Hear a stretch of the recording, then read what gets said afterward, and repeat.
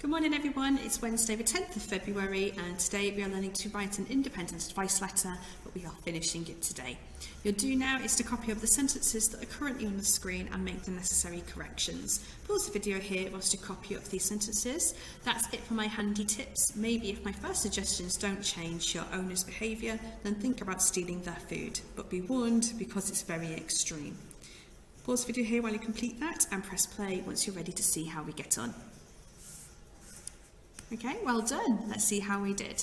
So I can see that that's represent that is, so I want to use an apostrophe here. That is it for my handy tips. I want to get rid of this comma because it was a comma splice and turn it into a full stop. That means that my maybe needs a capital letter, but hopefully you also spotted that maybe has been spelled incorrectly, so I want it to be M-A-Y-B-E. Maybe if my first suggestions also had a spelling error, had to have two G's. If my first suggestions don't, again we need an apostrophe, that is a contraction, don't change your owner's behaviour. The behaviour belongs to the owner, so we need a possessive apostrophe here. Now it really depends on whether you want it to be multiple owners or just one. I'm assuming it's just one if I put the apostrophe here. If you had the plural owners, it would go at the end. So maybe if my first suggestions don't change your owner's behaviour, so we have a misspelling here, B-H-A-V-I-O-U-R, behaviour, and I would use a comma here, then think about stealing their food. This is the wrong sort of there. We want T-H-E-I-R, their food. I would absolutely put a full stop here now. I would get rid of the parenthesis, we don't want that. And maybe a capital B. Sometimes it's not always the best option to have a coordinate conjunction to start the sentence. It can work informally in this way, so you might want to change it to something like however. But be warned, because it was also spelled incorrectly, quite a few spelling mistakes in this one. B-E-C-A-U-S-E, because it is, so it needs an apostrophe here, it's another contraction. And finally, extreme was also misspelt. E-X-T-R-E-M-E. So let me just read that through once again. I'm worried I've missed something out here. That's it for my handy tips. Maybe if my first suggestions don't change your owner's behaviour, then think about stealing their food. But be warned, because it's very extreme. Yeah, I'm quite happy with that. So pause the video here if you did miss any of those out, and please continue watching if you are ready to continue with the lesson. So this morning you're going to be completing your advice letter. You should have written all three solutions so far, so this is the final paragraph that will conclude it. You're going to draw together your ideas and finish off with a nice and comforting, reassuring sign off to your reader to obviously make them feel really confident with the advice that you've given them. So for this same paragraph last time around, we looked at using different tenses. So we looked at using the past tense, including past perfect, present tense, including present perfect, future tense and conditional tense. And these will fit in different areas within the paragraph. And I'm going to briefly recap the content that we covered last week.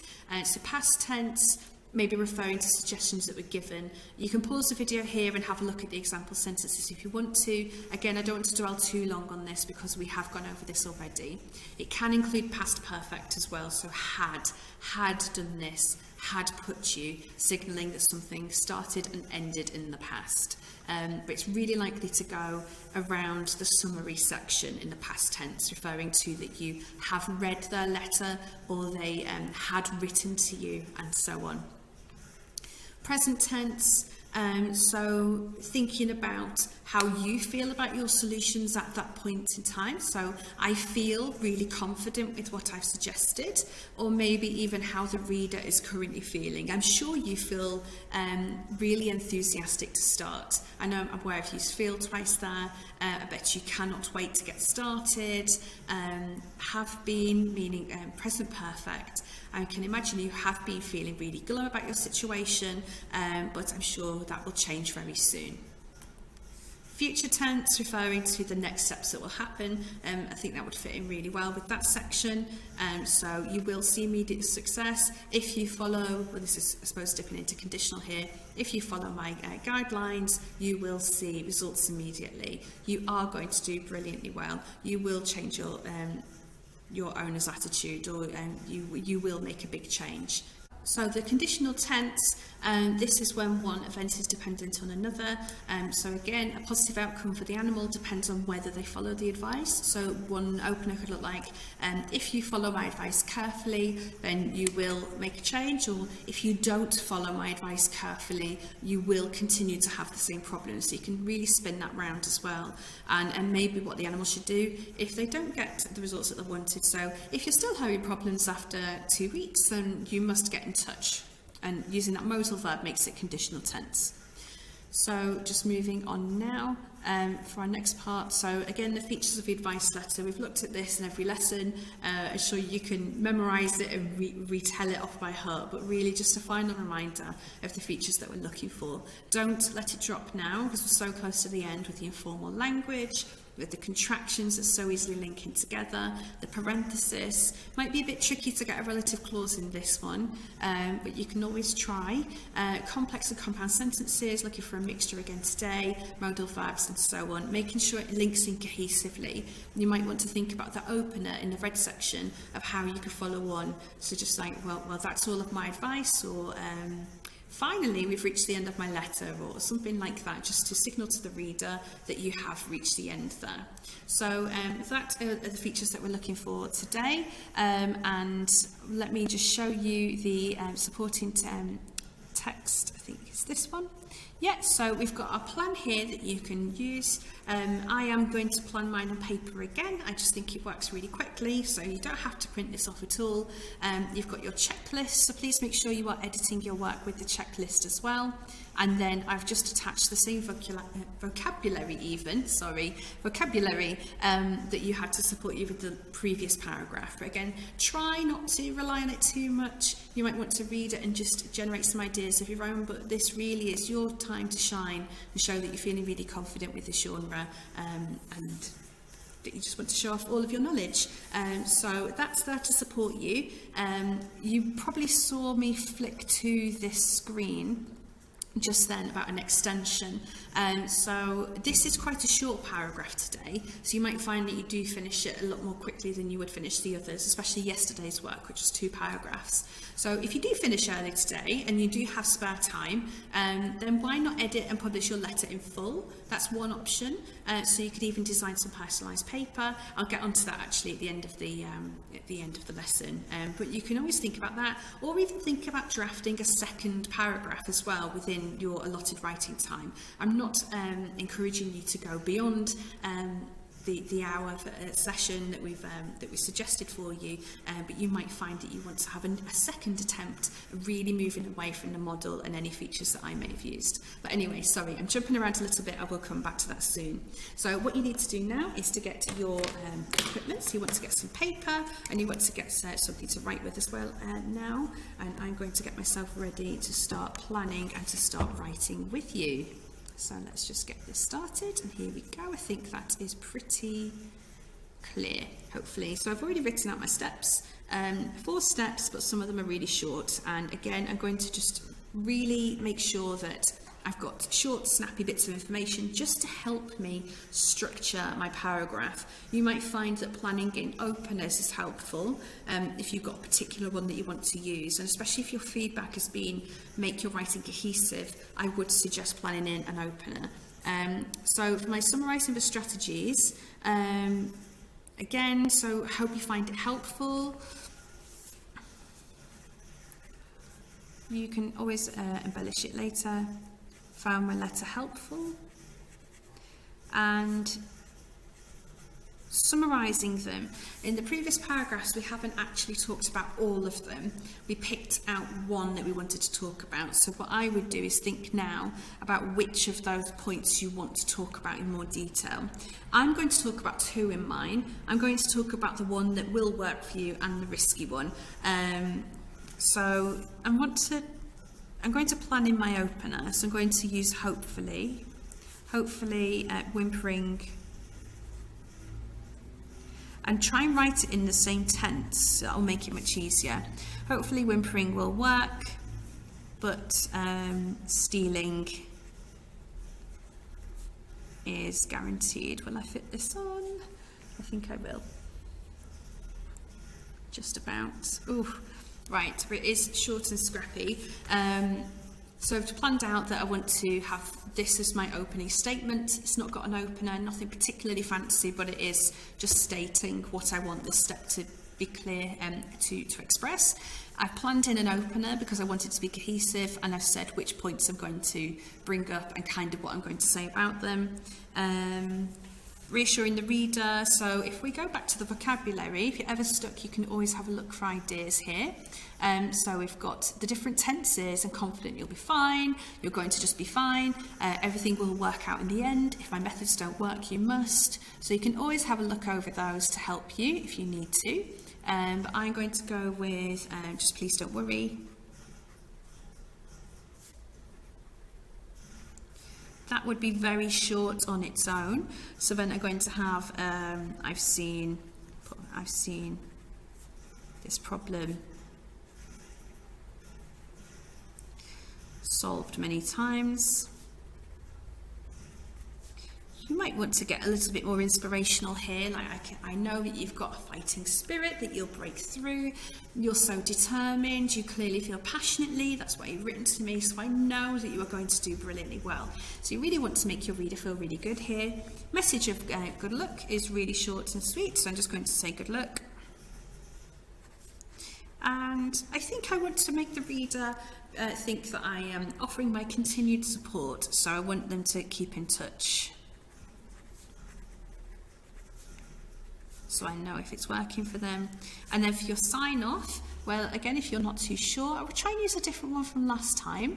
But then you can see kind regards from, many thanks, best wishes, yours sincerely. I'm going to go for best wishes this time. And you can decide which animal you want to be writing from the point of view of as well, if you want to. I'm just going to put best wishes, and remember my comma, because I don't want to forget it. And now I'm ready to write. So I've got my short little plan here, sketched out kind of what I want to say, and then I can just refer back to that, and I can change if I need to as well. So I said that I didn't particularly want an opener for my first line. That is fine. You don't have to have one. If you did, again, you can flick back here. When you first wrote your letter, you thought, so it might be interesting to see some attempts at past tense in this section, if you didn't use it last time. When I first received your letter, I knew that I'd be able to help you, for instance. Or in your letter, you sounded very upset, but with my advice, so whilst not an opener, would be a nice way of using past tense there. But with my advice, you are guaranteed to succeed. And then you've got two tenses in one sentence. So I'm just going to have pretty much what I planned in. I hope you find, so this is present tense, find my suggestions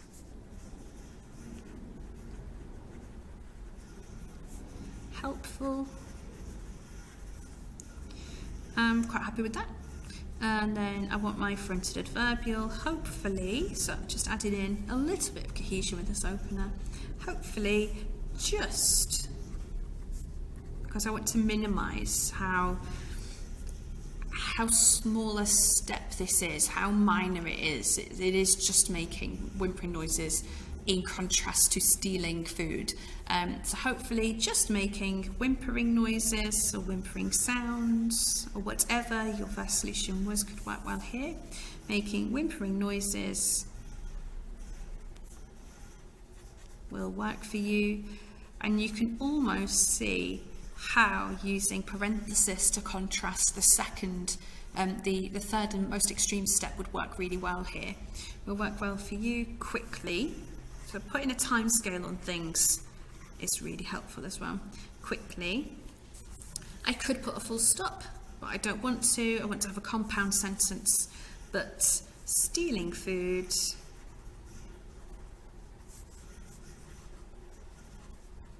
is guaranteed to work. And I've pretty much already planned this out.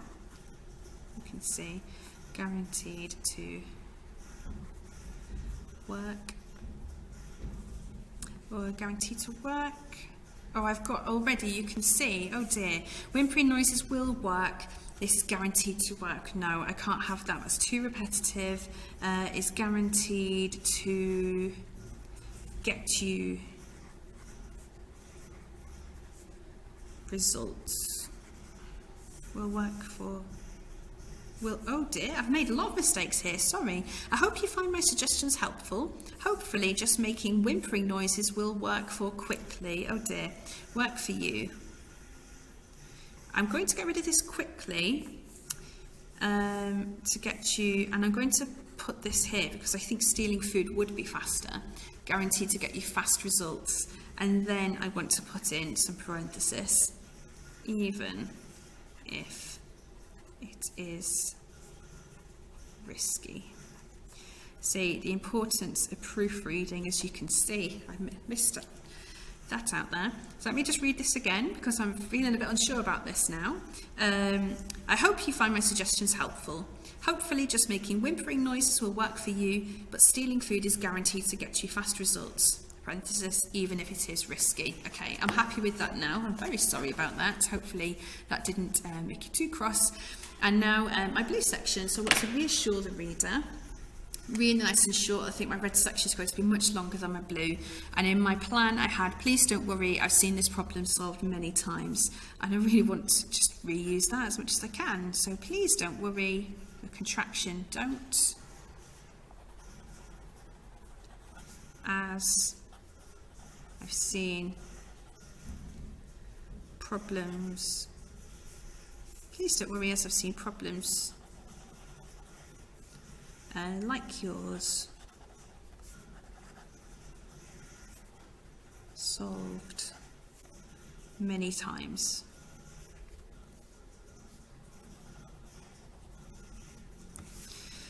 Please don't worry, as I've seen problems like yours solved many times. I've met the step, but I don't know if it sounds as encouraging as I want it to, so I might actually add in a bit here. I know you can do it. Exclamation mark, and I think that sounds a bit more encouraging now. So feel free to move away from your plan if you need to. Then the message of good luck. I just wanted good luck.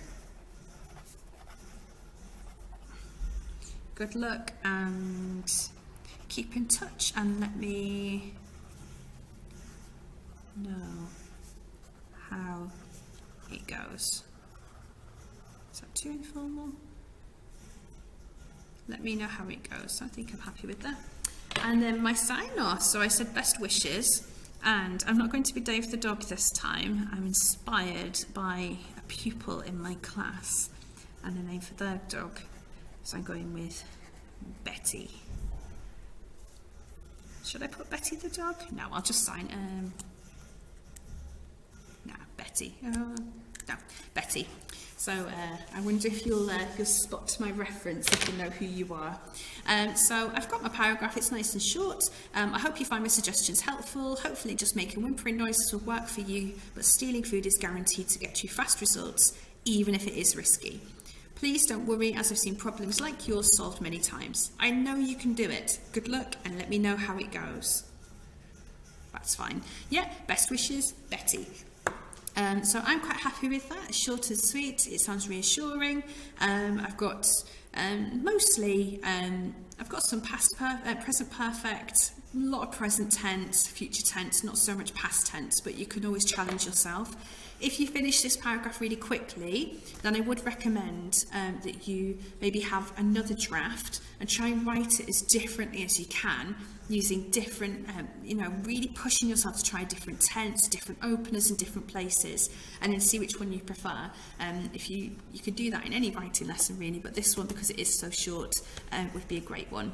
And I did say that there could be an additional challenge if you wished. So again, the extension is, if you finish early today, why not edit and publish your letter in full?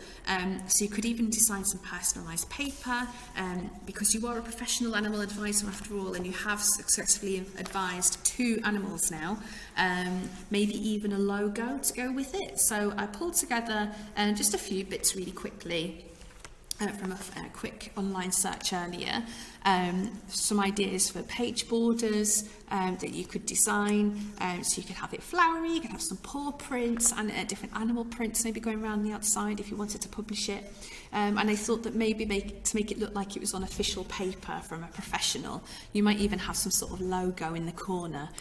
So I think over here you can see, I'm not too sure what company that is, but you can see they've got a logo in the corner of the paper, and then a couple of vet surgery logos here. So I couldn't really find anything with animals in, but you can see it's got the cat and the dog. You could have some sort of design or maybe your initials in a logo. It's just a bit of fun really. There's no expectation that you have to do this, but just in case you had the time today and you wanted to publish it in full, because you won't have time to obviously tomorrow. So hopefully you get on okay with that one. Really looking forward to seeing how you get on and uploading your seeing your work uploaded onto Seesaw.